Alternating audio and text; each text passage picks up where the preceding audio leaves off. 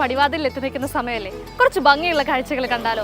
ഭംഗിയുള്ള സ്ഥലം എന്ന് പറയുമ്പോൾ മനസ്സിനെയൊക്കെ ഒത്തിരി സന്തോഷിപ്പിക്കുന്ന, നമ്മളൊക്കെ കാണാൻ ആഗ്രഹിക്കുന്ന നല്ല ഗ്രാമത്തിൻ്റെ തനി ഭംഗിയുള്ള കാഴ്ചകൾ എന്ന് പറയുന്നത് അത്.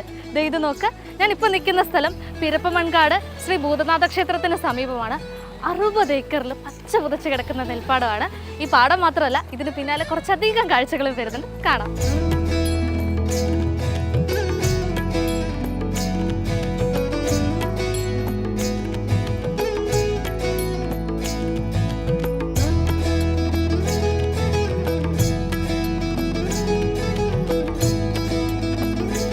രസമുണ്ട്.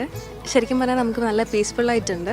കുറച്ച് നേരം ഒന്ന് മൈൻഡിനെ ഒന്ന് കാമാക്കാനും അങ്ങനെയൊക്കെ പറ്റിയൊരു നല്ല സ്പേസാണ്.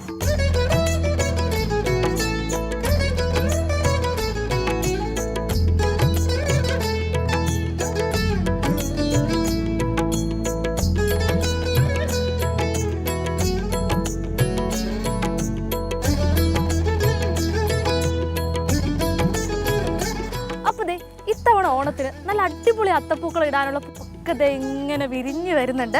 ഇത് ഡെയിലി പറിക്കുന്നൊക്കെ ഉണ്ട്, പക്ഷെ ഓണം ആകുമ്പോഴത്തേക്ക് ഇതുപോലെ തന്നെ അല്ലെങ്കിൽ ഇതിൽ കൂടുതൽ പൂക്കൾ ഉണ്ടാവുമെന്നാണ് ഇവർ പറയുന്നത്.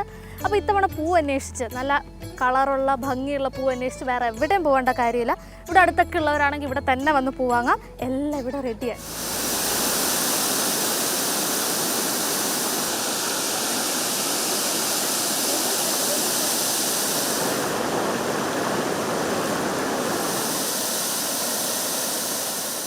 നമ്മുടെയൊക്കെ ചുറ്റുവട്ടത്ത് അല്ലെങ്കിൽ പരിസരത്ത് ഏറ്റവും അടുത്ത് ഇത്രയും ഭംഗിയുള്ള സ്ഥലങ്ങളൊക്കെ ഉള്ളത് ചിലപ്പോൾ നമ്മൾ അറിയാതെ പോലെ.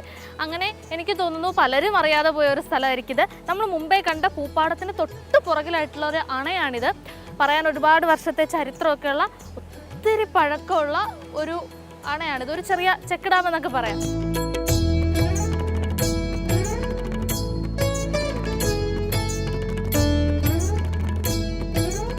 നാട്ടുകാരെല്ലാവരും ചേർന്നാണ് ഈ അവസ്ഥയിലേക്ക് എത്തിച്ചത്.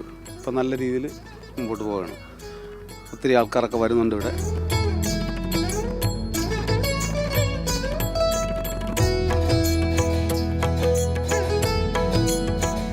തുടക്കത്തിൽ പറഞ്ഞ പോലെ തന്നെ കണ്ണിന് കുളിർമയേകുന്ന, മനസ്സിനെ സന്തോഷിപ്പിക്കുന്ന ഒരുപാട് ഭംഗിയുള്ള കാഴ്ചകളുമായിട്ടാണ് ഈ ഗ്രാമം നിങ്ങളെ വിളിക്കുന്നത്.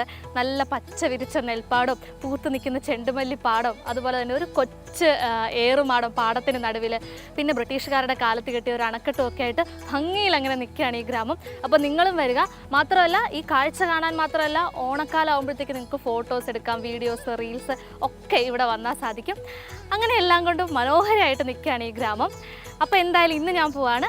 എൻ്റെ കൂടെ ജയചന്ദ്രൻ പുല്ലപ്പാറയുണ്ട് ക്യാമറയ്ക്ക് പിന്നിൽ നിങ്ങളെ ഈ ഭംഗിയുള്ള കാഴ്ചകളൊക്കെ കാണിച്ചുകൊണ്ട്. അപ്പോൾ പോവാം, ബൈ.